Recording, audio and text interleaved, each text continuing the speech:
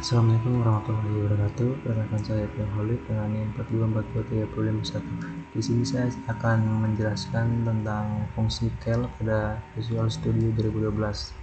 Itulah yang pertama-tama di sini kita akan menghubungkan terlebih dahulu antara Visual Studio dengan database-nya. Di sini pertama-tama kita akan membuka XAMPP. Di sini Apache-nya dan MySQL-nya kita start, terus minimize, terus kita akan membuka localhost PHP MyAdmin.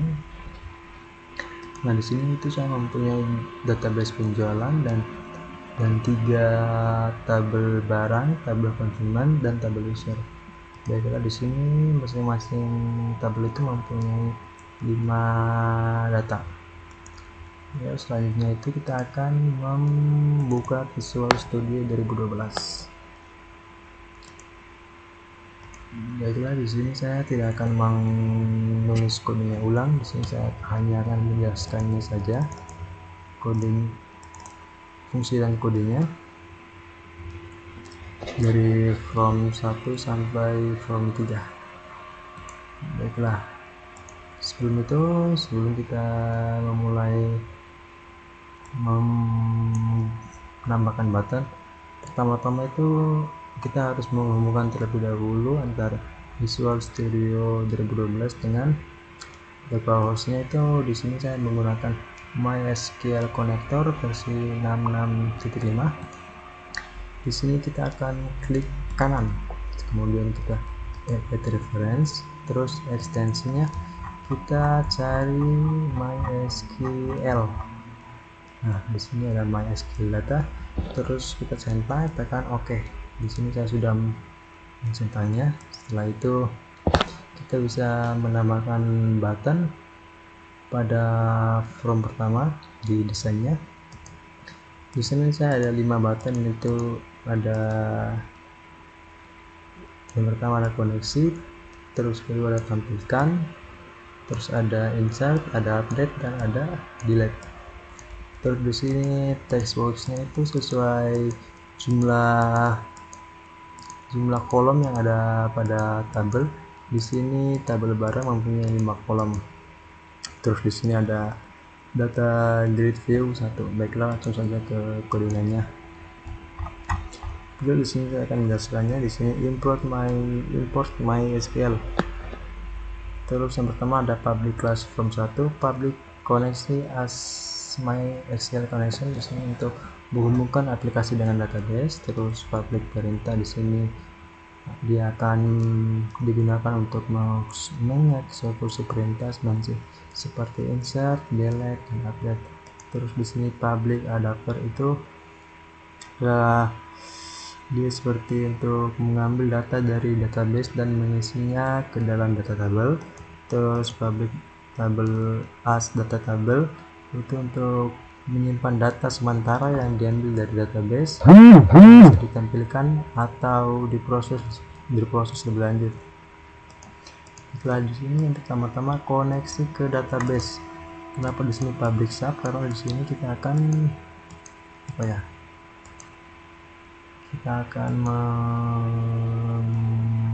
memanggil dari form 1 ke form 2. Di sini nanti kita akan melihat kedengarannya. Di sini kita bahas dulu di form 1. Di sini public sub buka koneksi.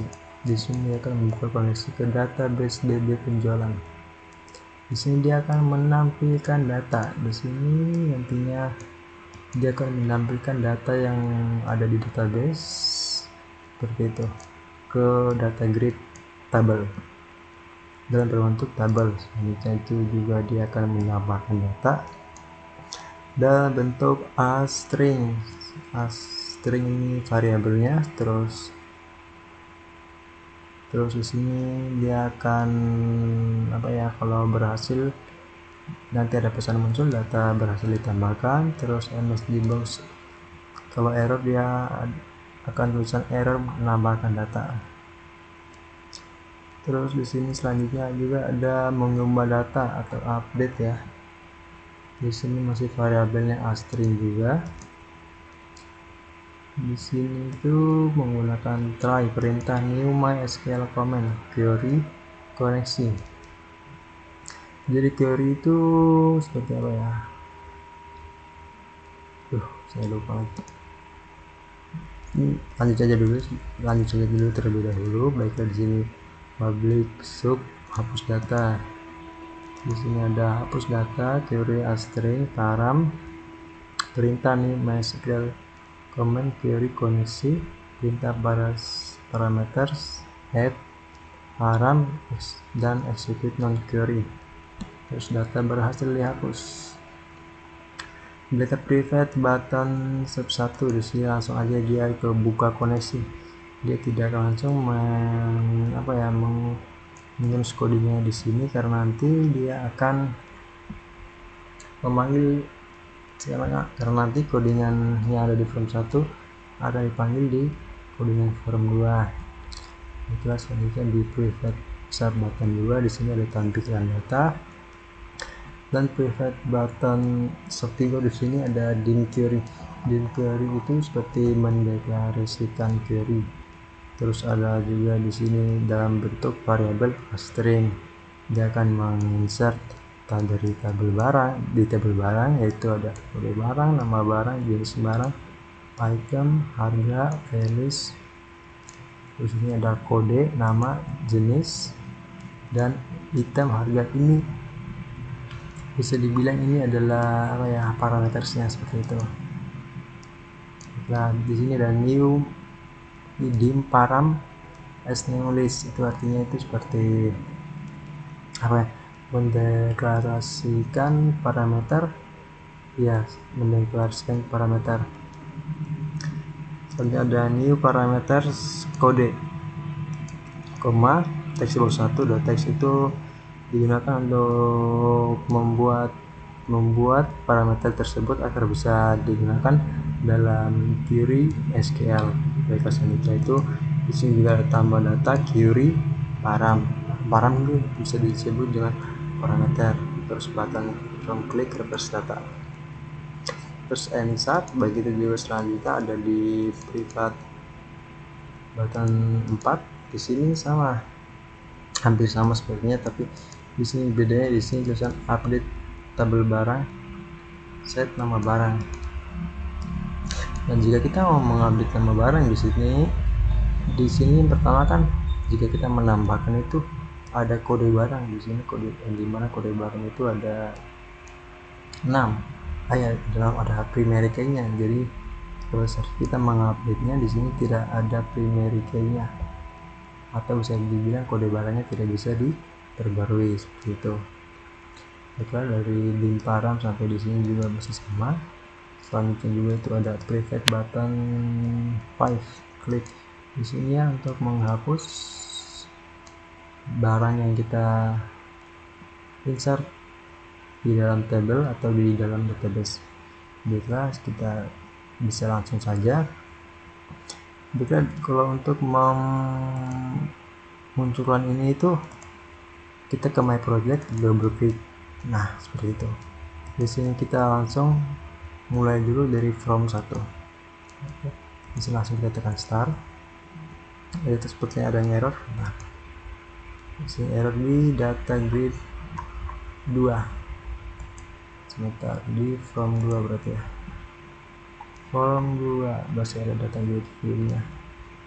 Oh, ini codingannya juga saya belum ganti ke data grid.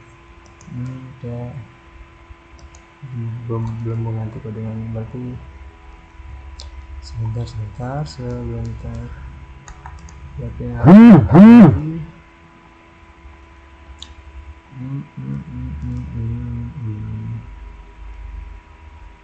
dari sini saya akan mengganti terlebih dahulu. Di sini lihat sini aja bisa langsung ganti. Terus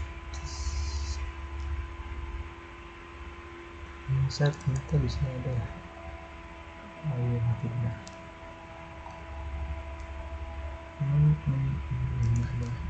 Kita ambilnya berarti dari sini saja, langsung ke kontrol di sini juga saya akan bahasanya perbaikilah yang error kemana. Di sini itu saya belum mau ubah ID-nya. Di sini from 2 nya diganti titik 1, nah titik 2, ini tabelnya diganti dengan tabel bisa, dan seperti yang terjadi. Oke, lanjut lagi dari from 1 kita udah, oke kita start.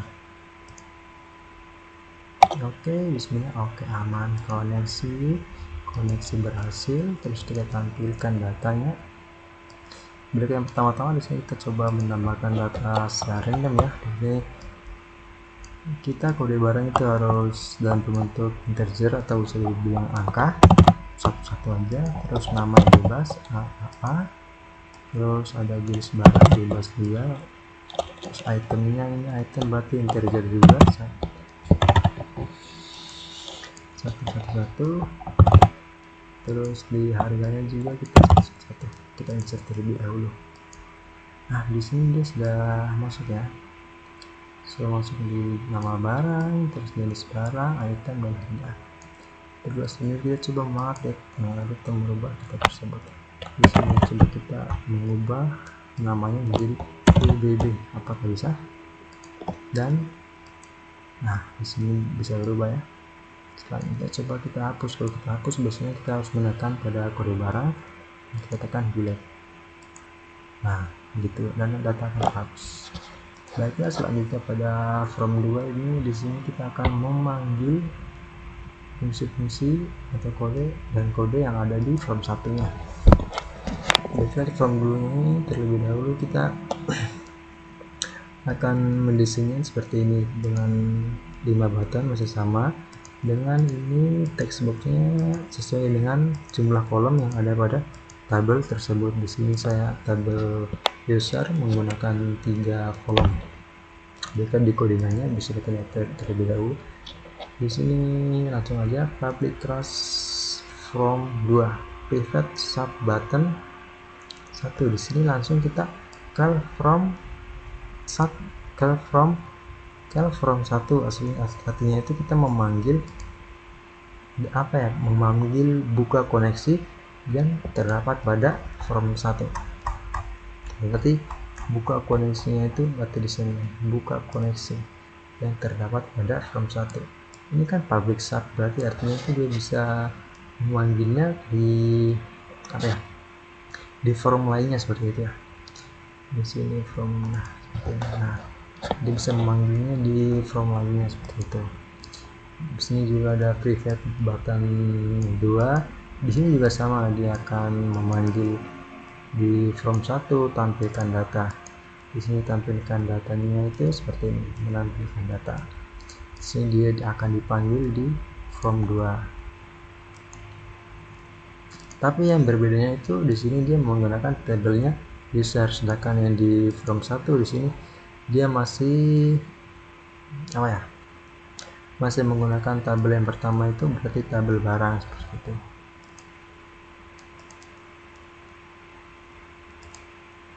Iya seperti itu. Baiklah, selanjutnya juga itu di sini fungsi untuk menambahkan data ke tabel user itu ya bisa dibilang masih seperti sama ya seperti yang tadi, karena di sini itu dalam maksudnya dalam desainnya sebenarnya bisa dibuat seperti tidak mempunyai desainnya tidak mempunyai desainnya, tapi ini juga tidak ada seperti itu, bisa menambahkan langsung. Tapi di sini saya memakai desain, makanya saya memakai text box seperti ini. Dan kenapa juga saya memakai 5 SQL parameter, di sini kelihatan lebih rapi seperti itu ya. Jika selanjutnya juga call from 1 tambah data dan call from 1 tampilkan data. Di sini langsung di reverse data, dia akan ya seperti tadi, dia akan mengambil dari from 1 dan end sub. Terus selanjutnya juga masih sama, ubah data. Di sini public sub ubah data, bisa di sini kita lihat public sub ubah data. Di sini ya dia akan memanggilnya di from 2 ubah data, tapi ya dengan dengan tabel yang berbeda seperti itu. Dengan di sini ya tabel user, dan fungsi yang terakhir itu ada fungsi hapus data. Itu dia di sini ya memanggil lagi di from 1 ya hapus data, ke from 1 langsung ditampilkan data lagi, tapi yang berubah di sini cuma tabelnya saja seperti itu. Di sini coba kita start. Sebelum kita start di sini, kita akan mengubah terlebih dahulu. Tadi itu pada from pertama, sekarang from kedua. Terus coba kita start. Baiklah, di sini coba kita tes koneksi. Berhasil koneksi, tes tampilkan hasilnya.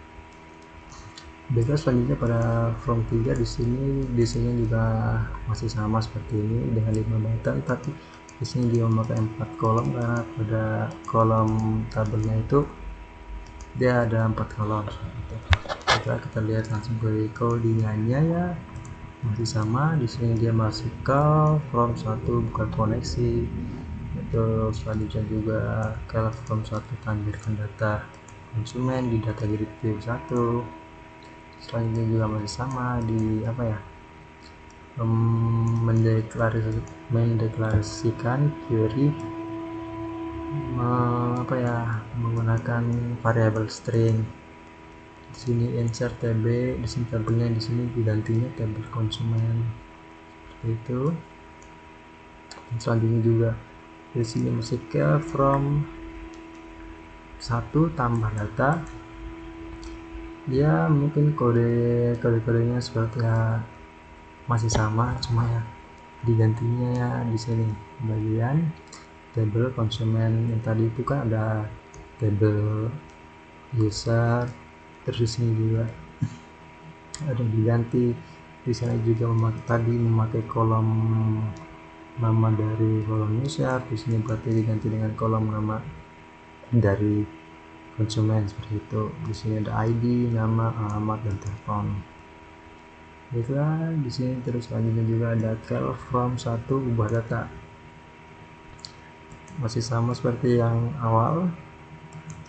Dan di sini dan pada button kelima di sini ada yang berbedanya di sini di tabel konsumen. Dan seperti itu. Di sini kita akan menggantinya terlebih dahulu. Tadi kan menggunakan from 2. Sekarang menggunakan from ketiga. Baiklah, di sini coba kita start. Kita tes koneksi lagi. Koneksi berhasil. Kita tampilkan. Terus di sini kita mencoba menambahkan nama bebas ya, satu A. Terus di sini alamat A juga. Terus telepon kita coba insert. Data berhasil ditambahkan. Nah, di sini berhasil ditambahkan ya, paling akhir. Coba kita kita ganti terlebih dahulu, mengupdate-nya terlebih. Di sini kalau mengupdate-nya tuh harusnya ya berpatokan pada kodenya. Di sini kodenya kan 11, di sini 11. Kita masukkan kodenya saja, terus kita mengupdate data tersebut. Nah, berhasil terupdate, dan coba kita menghapusnya. Terus di sini terhapus. Baiklah, itulah penjelasan fungsi dari saya. Assalamualaikum warahmatullahi wabarakatuh.